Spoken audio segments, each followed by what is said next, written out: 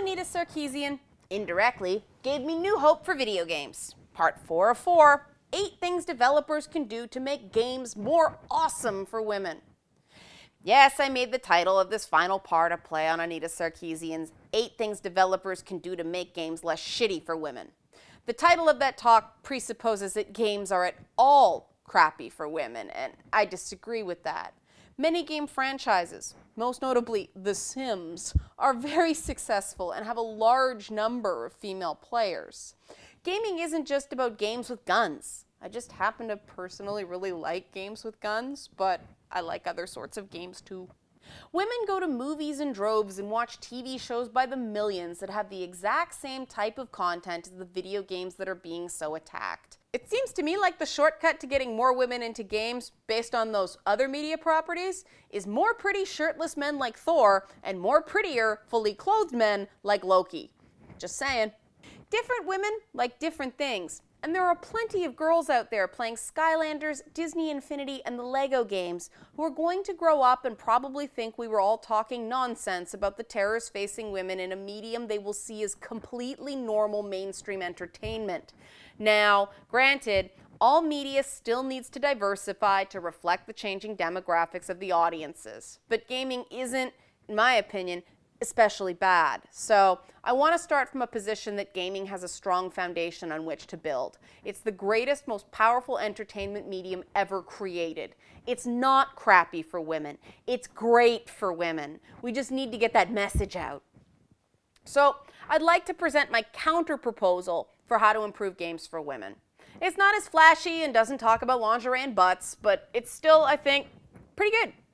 Of course, the most obvious thing to do is hire female talent, but I went through that in my original series and I don't feel the need to do it again. The other 8 things are, in no particular order. 1, don't shame anyone. Sex is bad. Boobs are bad. Fat white cis het dudes are bad. Chicks that don't put out can GTFO. None of these phrases has any place in the video game community. I had to learn myself to watch saying things like, she needs to eat a sandwich, because some women are naturally skinny and would rather not be. It took work to train myself away from treating women I perceive to be more attractive than myself, and therefore of greater worth to society, as a natural enemy. But it can be done. The problem isn't game content. The problem is what the whole world tells women about our value if we don't look like movie stars. Gaming can provide an alternative to that by showing that all women are beautiful in unique ways, and that beauty isn't always physical. Give us a couple plain Jane characters who are still valued and have dignity, and we'll support a game with conventional hotties in it too. 2, artistic freedom and diversity are linked. You might notice that women also make games with sexy ladies in them. Look at Revolution 60. But sexy is different for every person, and there's no denying that big budget projects in every medium are too restrictive where sexy is concerned. Media currently only allows physically flawless women to be seen in a sexual way without treating their sexuality as shameful, deviant, or comical. I'd rather broaden the parameters of the types of men and women depicted as sexy, because the current stuff on offer is like going to a buffet where every steamer tray is filled with mashed potatoes. I know that there are guys into big, beautiful women who agree with me here, but there are also women who prefer nerdy guys to alpha dogs. Look at the number of women who think Sheldon on Big Bang is hot, and that's just the straight people. 3, really include characters of all body types, sizes, and colors, but keep them appropriate to the character you're creating. White should not be the default race for video game characters. Large breasts on combat characters should preferably not look like obvious implants, because those would rupture in battles. A hard-bodied Delta Force soldier is a given, but think about how many alcoholics in games are rendered without a trace of a beer gut. That stuff drives me crazy, because I know I'd see the consequences of a beer binge in the mirror the next morning. If a character isn't vulnerable when we'd expect them to be, it makes them harder to relate to. We want license to be imperfect. Yes, you'll get the occasional idiot complaining that a character like Cassandra in Dragon Age Inquisition is ugly because she has a scar on her face. But if you have a diverse cast of characters, there will be other characters people prefer to look at, saving Cassandra for those of us with better taste. 4. Don't fear controversy, but don't deliberately create it either.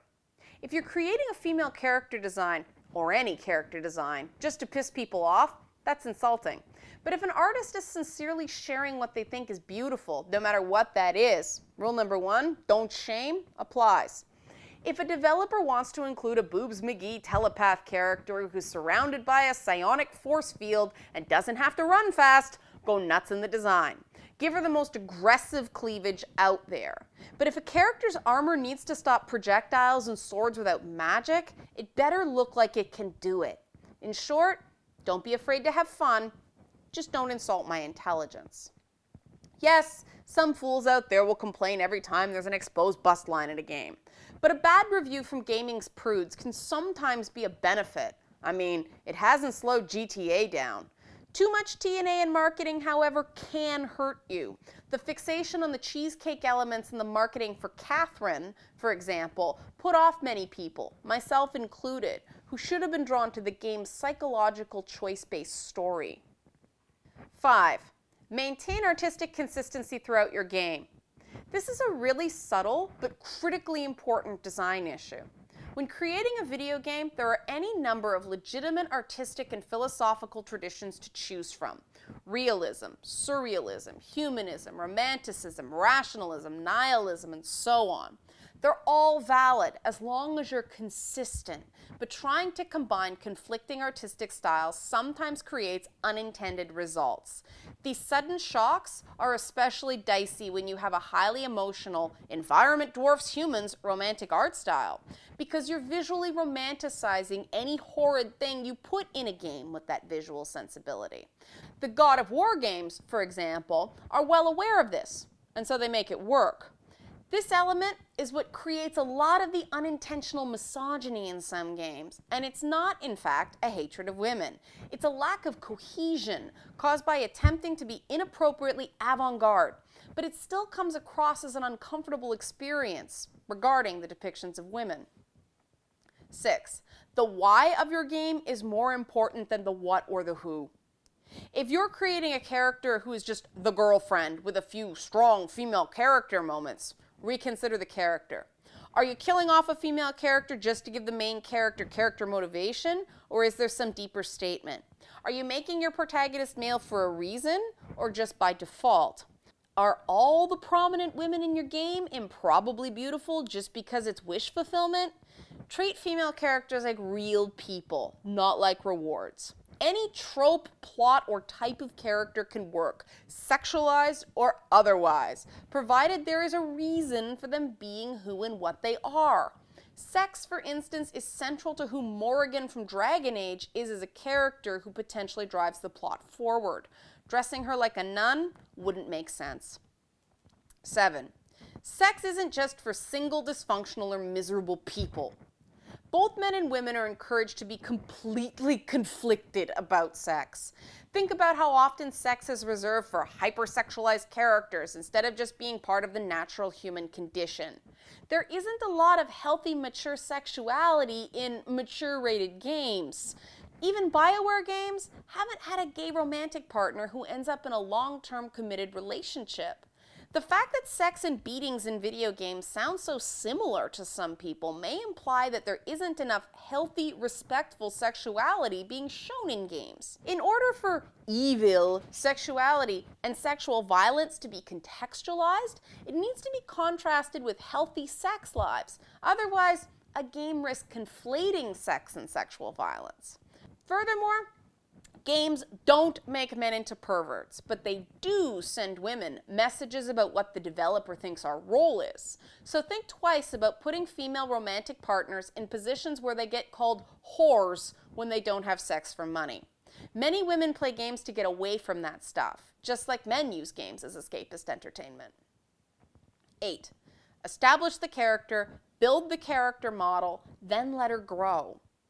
All this time and bandwidth and ink is spent on how female characters look, but very little focus is being placed on the depth of their character because you can't put that on a billboard. The analysis, to date, has done a lot of objectifying of its own. This has to end. It shouldn't be about a woman's cup size or skin color or hair color. It's about creating a digital person with a defined character and purpose. Just like male characters. A great character is a great character no matter what she looks like. Ellie in The Last of Us could have had any hair or skin color on the planet and we'd still love her. But Ellie's character evolved during the development process, and this shows that Naughty Dog was letting her be a person instead of forcing her to be an ideal. Her appearance had little to do with her final character, but it still worked because she was such a big character and a little body. How she'll look as an adult, however, is still up for grabs, and that's a good thing. But this doesn't make her a better character than the classic look of Lara Croft. Lara looked and acted fierce, and women cosplayers loved her for it. Women didn't identify with Lara's boobs. We identified with her spirit, her toughness. But she did encourage us to throw our shoulders back and stick our chests out. And that's a big step in a young woman's self-actualization. You can have sexualized heroines. You can have seductress villains, as long as that's not all they are. Things like Twilight and 50 Shades of Grey show that many women still want permission to be sexual beings. And it'd be nice if there was a sexy media option that didn't involve a controlling creeper with stalker tendencies granting us that fictional permission. So, that's my list. I think it's awesome. I want to thank everybody who took this journey with me, especially Anita Sarkeesian, who served as a de facto antagonist for the purpose of this series. Don't worry though, Anita, you weren't a sexualized enemy. She may still talk about women like me like we're dirty, but I don't have to reciprocate that. Just like lingerie isn't armor, respectful disagreement isn't a war. So I'll take the lingerie, Anita can have the armor, and it all works out. I think that the video game industry needs women to show examples of respectful disagreement between women so that people can learn it's not automatically a catfight. Furthermore, we don't need protection from men from imaginary threats. We don't have to sit down, shut up, and allow men to protect us. We're not damsels in distress. So, thank you, Anita, for serving as a focal point for my journey to free myself of the fear of your followers, male and female alike. They took their shots, and I'm still here, defending my right to sit here in any damn dress or state of undress that I choose.